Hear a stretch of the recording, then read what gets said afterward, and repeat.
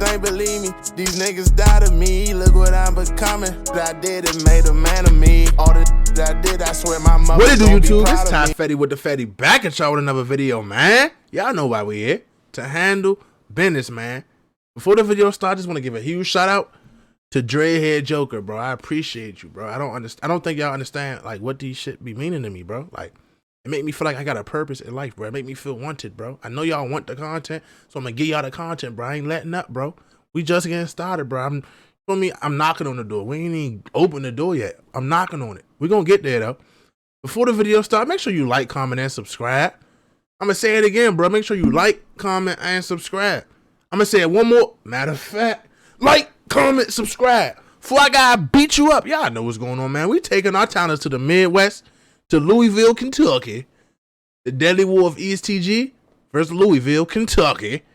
Let's get it, man. See what Louisville talking about. Brand new whip just hopped in. Before now, I got options. Had a whole different story than what you know from Louisville? in terms of arrangement and style of different sides, but all of that would change because of just one person, ESTG. Oh yeah. You're about to find out why and how it all happened in this video.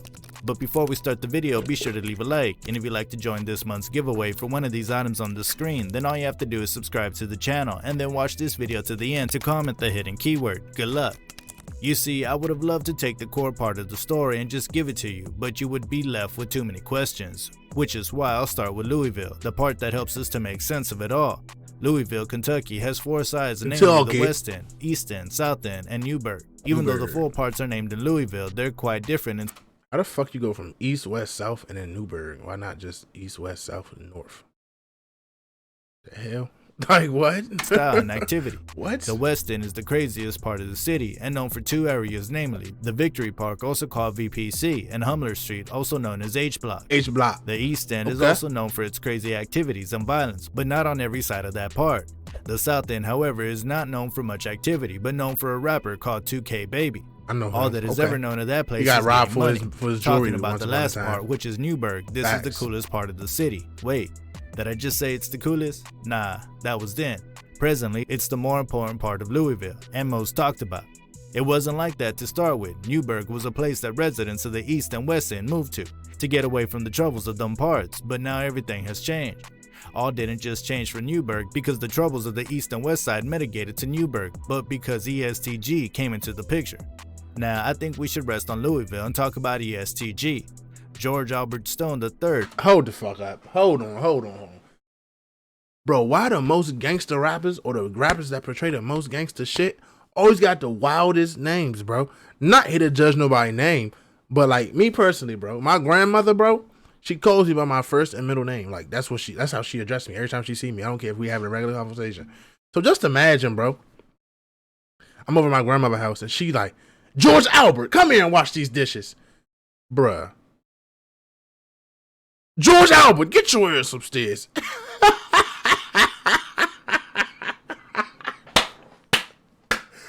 George Albert, come help me with these groceries. That's nasty. I can't lie, George Albert. That's a crazy. Ooh. Popularly known as ESTG. Shout out George Albert. On May 11th, 1994, in Louisville, Kentucky, to George and Sheila Stone. George University Albert. Global. Apply now at purdueglobal.edu. Okay. And grew up in the Clarksdale projects before moving to Newburgh in the 5500 block of George Drive. Albert. While growing up, he was a football star. He attended an all-boys school called St. Xavier High School. Yearly, St. Xavier offered scholarships to help the low-income students continue their education. At the time, there was a guy named Jeremiah Neal, who was a star footballer in Kentucky, who also partook in the scholarship program. He was like a mentor to ESTG in high school because they both played football. Neal was a senior star football player while ESTG was a freshman star football player, which made sense for him to get a mentorship from him. Even though his mentor got the scholarship, G didn't qualify for the scholarship, which made his parents pay his tuition. G was disappointed and decided he doesn't want his parents to stress themselves in trying to pay for his school tuition, so he worked extremely hard to become better at what he does. He trained extra hours and became really good, which attracted a lot of teams to him. Most of them became interested in him because he chose to play for the Sacramento City College, and that's where he became a star. From there, he started receiving offers from different teams such as Fresno State, New Mexico, and Memphis, but he ended up playing for Stephen F. Austin in Texas. There, he totaled 111 tackles, and that earned him a chance at the NFL. Unfortunately, he wasn't listed. Football dreams came to an end for him, but Now, I'm gonna touch on this, bro, because a lot of y'all be in my comments talking crazy about like certain shit, and it just don't be making sense, bro. Just because somebody went to college, bro, do not mean nothing, bro. I went to school with real deal niggas that'll blow their gun, bro. I swear to God, bro. I'm talking about they got that joint in they dip in they pocket in class. I'm telling you, I swear to God, bro. No funny, bro. Just because you went to school does not mean you is sweet. It don't mean you wasn't nothing. And it don't mean nothing, bro. Niggas was really moving work in college, bro. I'm talking about through them dorms, bro. A whole little system, like on some Tariq from Power shit, bro. No funny, bro. Just because somebody went, I'm gonna say this too. Just because somebody went to college don't mean they sweet, bro. Just because somebody from the suburbs don't mean they sweet, bro. I know some niggas that's from the suburbs, bro, that'll get on your ass. I swear to God, bro, and don't have no remorse. I don't care where you from. On my life, they don't care. On God, they gonna rob you. They gonna shoot you. They gonna do whatever they need to do.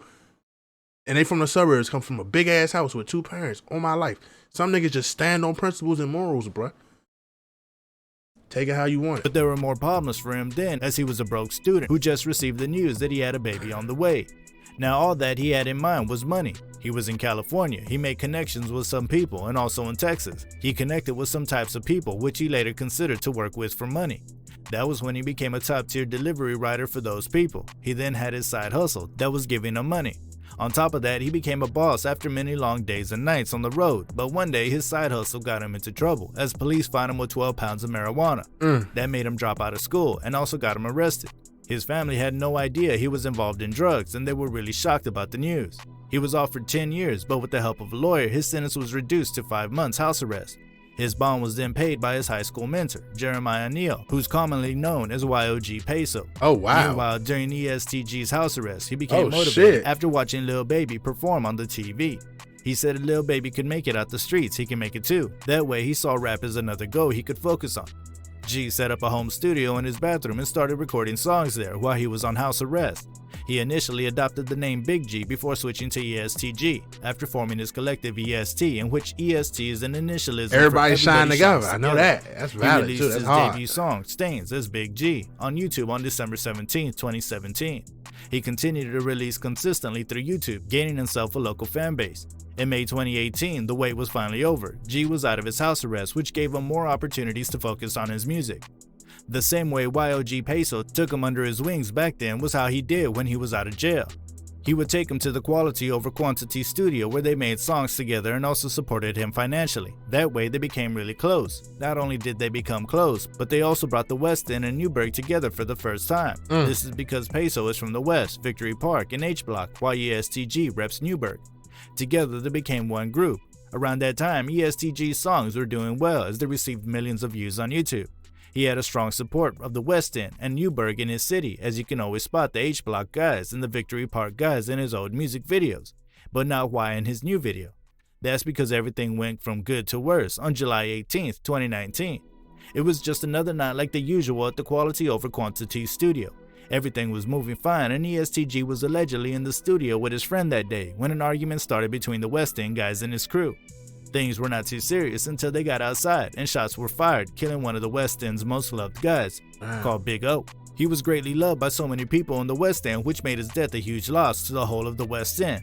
No matter how much these guys love one another, this incident can't go without depositing poison in their minds, except they sit to talk about it, allowing those who need to apologize to do that. But that never happened. I mean, that rarely happens in the streets. No one wants to apologize, and the other part is never ready to listen to it.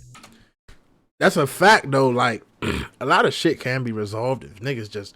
It's pride, bro. I'm telling you, bro. Niggas be having too much pride, bro. Sometimes you're wrong, bro. You gotta realize that and admit it, fool. Sometimes you really do just gotta apologize to somebody like, bro, I was tripping, bro. That's on me, bro. But niggas don't care about that because they pride, bro. And it just caused so much other shit when you could have just real life owned up to your mistake, bro. And it could have been that, bro. Period. That way, both groups split up that day. What then happened to the longtime friends? They had no choice but to rep their different hoods.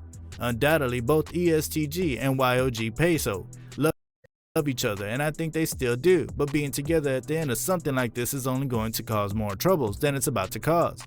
They became rivals and made their music separately. If that was the only problem splitting up would cause them, we wouldn't have any reason to be discussing this right now. Trust me, worse has happened.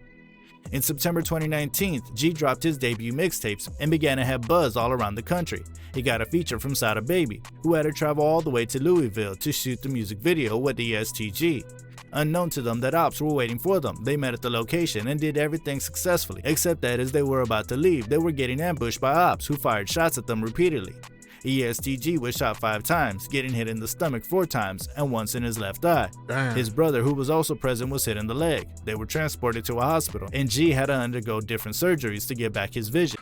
But just imagine, bro, your first video with a mainstream rapper. He pull up, y'all do the video, and when y'all about to leave, niggas spin that joint, and you get hit 5 times, once in the eye. That's either gonna do one or two things. Either Sada Baby never gonna work with this nigga again because he ain't tell him about it or whatever, or two, Sada is gonna build his credibility because they like, damn, this nigga really in the streets. He ain't capping in his rap. Niggas, they spinning it. It's gonna do one or two things for sure. For sure. After he totally regained most of his vision in his eye, he was discharged after 2 weeks. He rapped about the whole situation in a song titled Nathaniel Forrest, but after that, things got really ugly between the West End guys and Newburgh guys.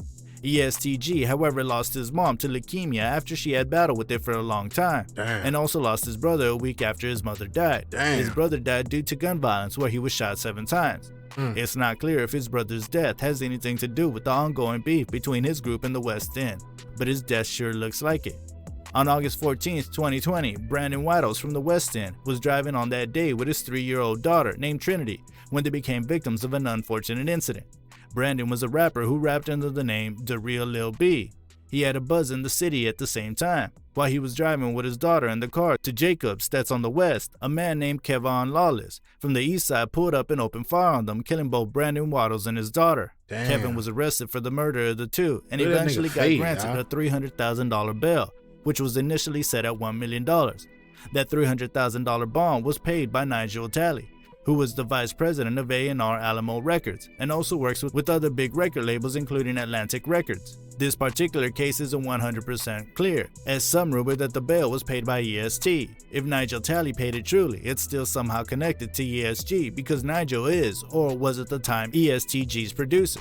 However, that incident made a lot of people wonder why a producer from New York would pay for a random guy like Kevon. That was because he was not in any way connected to EST before then. That made the police begin to connect the dots on that case, but they wouldn't get to the roots of the matter until later. On October 2nd, 2020, one of G's close friends named Austin Floyd was on the West End, and he pulled up to a house on the 36th Street where he was shot dead. His death was a huge loss for Newburgh and ESTG in particular, as you can find Floyd in most of his videos hanging out with him almost every time. He's really loved by G, and he was someone he leaned on for emotional support, but once a life is taken, nothing can be done to bring it back. In the same month, on the 23rd in the same year, Reginald Johnson from the West End was driving in the East End on Highland these Road. Niggas going back and Shots were forth fired too. at him. He couldn't be saved as he was later pronounced dead. Oh shit. Warren Freeman of Newburgh was arrested for Johnson's death, but for some reasons unknown to me, the case was later dismissed. The case keeps getting worse and worse, making Newburgh a different place entirely. Nigga, on my mother, bro, where I'm from, bro, you catch a homie or M1 or something, whatever, and that joint get dismissed, you start rapping because you about to get lit on my soul. You catch a homie or M1, bro, where I'm from, bro, start rapping, bro. You're about to be the littest nigga on the East Coast, bro. I swear to God, bro. You look so sweet, bro. But you know, like when on the East, like down there in my gun laws and stuff, you know, if it's open carry and this, that, it's a little easier. Nigga, we don't have open carry, bro. You can't even have no gun in your home without a license, bro. If somebody walked in my house right now, bro, and I shoot them dead, bro, and I don't have my license, like say I didn't have my concealed carry license, and I shoot them dead in my house, I'm going to jail for murder, bro. It's no self-defense law. It's no self-defense. Like, even if I do say I do magically get self-defense, I'm going to have to go beat that gun case, bro, and I still might get 10 years for the gun. Man. In 2021, it's no longer the West End versus Newburgh, as G has extended all over the city. While that was going on, the West End guys came together to become one gang and named their gang the Wolfpack.